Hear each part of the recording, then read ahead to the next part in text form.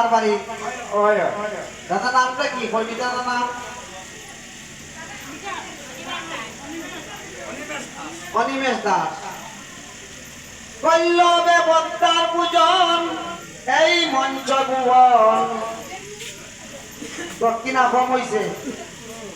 কারণ গাড়ে গাড়ে আছে তো